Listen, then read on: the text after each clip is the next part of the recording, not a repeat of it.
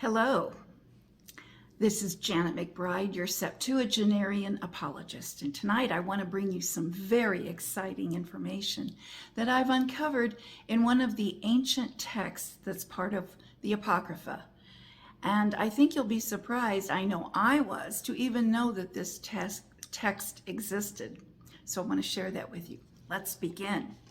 And in this text in Deuteronomy, I'm going to read to you, is an accounting of the death and burial of Moses.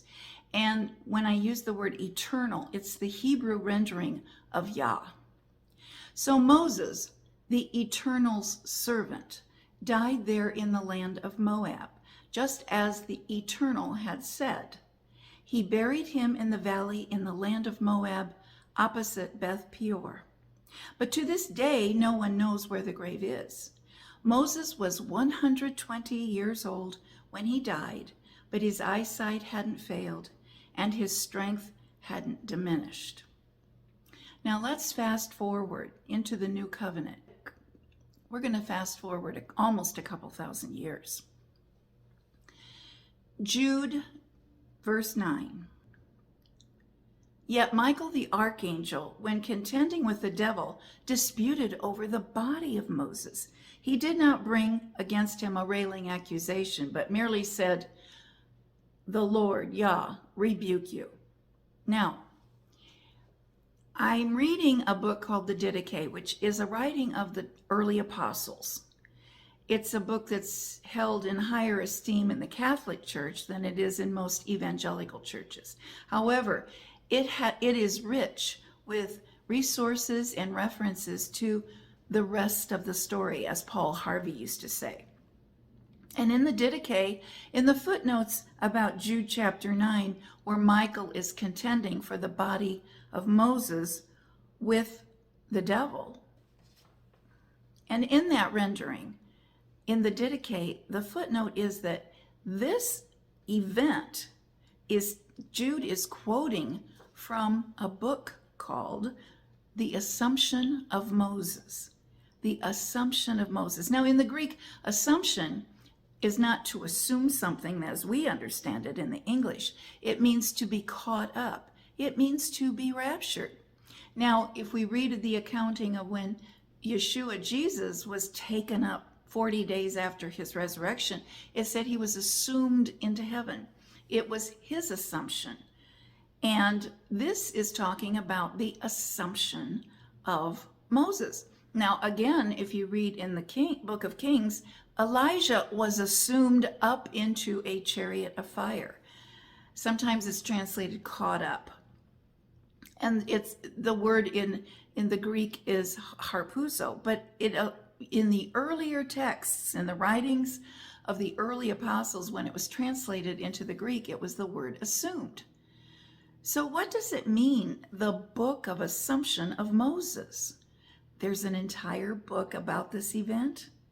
Well, I want to show you just one page. I have found it down, and I was able to download it. I want to show you one page out of the Assumption of Moses and what he says about this event. I want to zero in on verse 11. Now must thou, Joshua, son of Nun, keep these words and this book.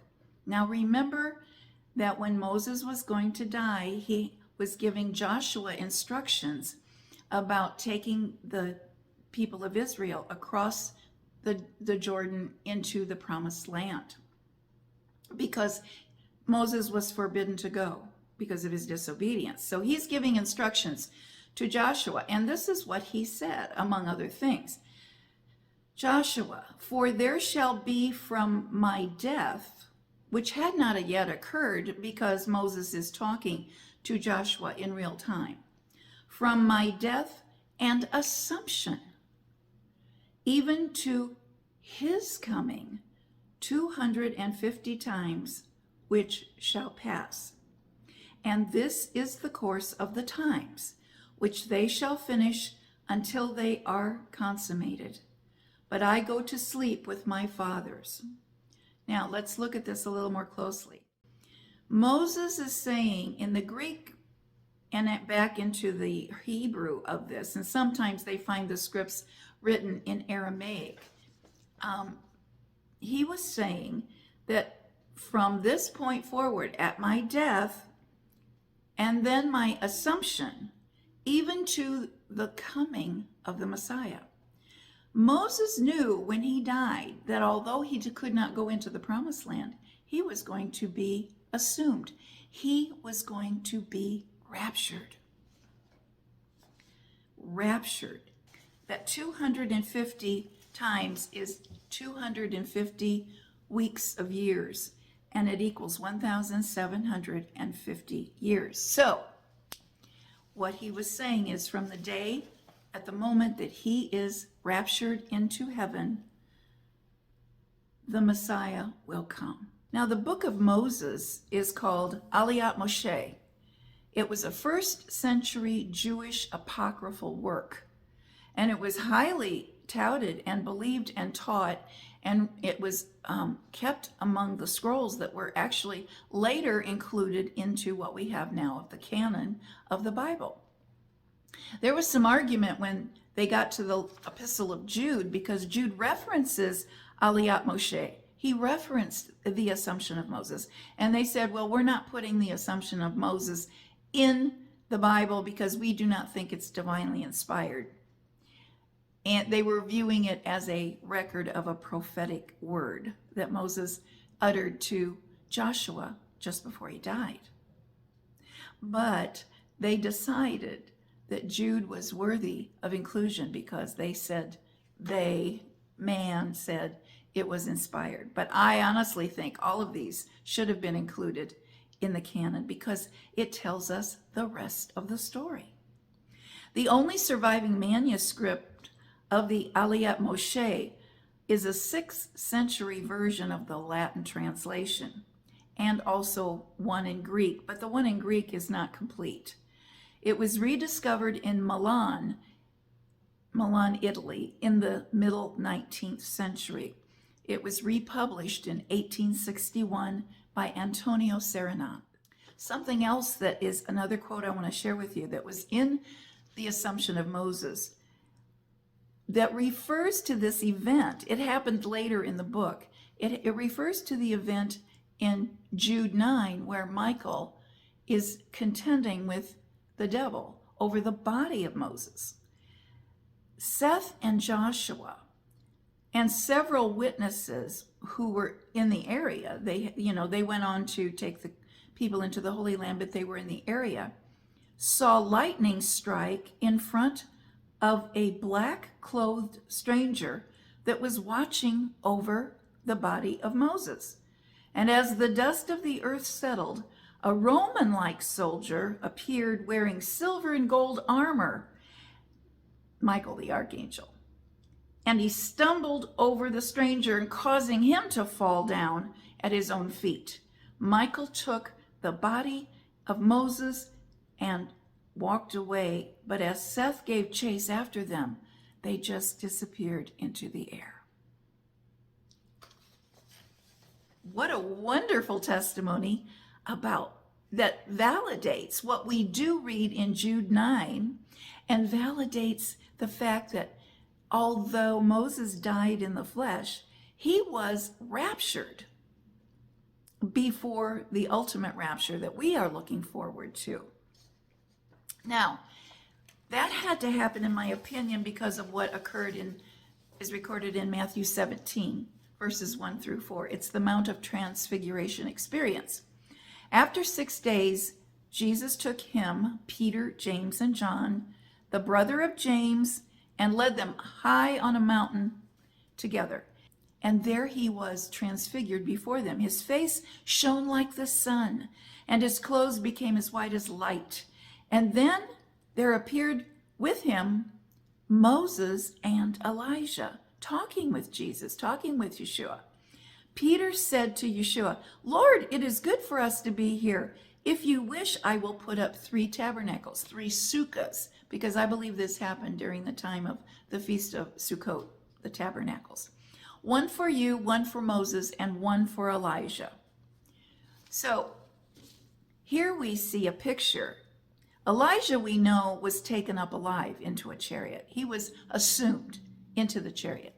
Moses, as we read from the Assumption of Moses, was assumed from the land of Moab, and nobody knew where he was buried. And I think God did that so no one would be able to mess with his grave or dig him up before the appointed time. That was Michael's job, but the devil knew. And he went and was trying to confiscate Moses' body so that prophecy would not be fulfilled. Because remember, in the Assumption of Moses, Moses said to Joshua, count the years from my death and assumption, and it will be 1,750 years. Well, if the devil interfered with the coming of the Messiah, even by interfering with the timeline, then he might achieve his goal. But here's what happened. What Peter, James, and John saw on the Mount of Transfiguration was indeed a picture of the rapture. Yeshua had been assumed in his glorified body. Elijah had been raptured into the chariot, and he had a glorified body now as well. But he represented the alive people who at the rapture, the alive and remain. Moses on Mount Moriah appeared in his glorified body, but he represented those who died in Christ first. But you see, he already had his rapture, so he had his body. And another confirmation that he had a body, a glorified body, was that Peter wanted to build him a sukkah. It was required that all Jewish men during the time of Sukkot have a sukkah to live in for 8 days. And because Moses did have a body now, he was required also to have a sukkah. And so therein is a story of the secret rapture we never knew. But it all dovetails together to make confirmation that we can know our future in Christ. What we can glean from the Bible, what we can glean from the Apocrypha, from the extra biblical books that were written by the church fathers, from the Didache, which was written by the apostles, we can know without doubt that not only when his first coming was going to be, but we know that there is a day coming when we too will be assumed. We will be caught up. We will be raptured. The dead first in Christ, and then we who are alive and remain. Keep looking up.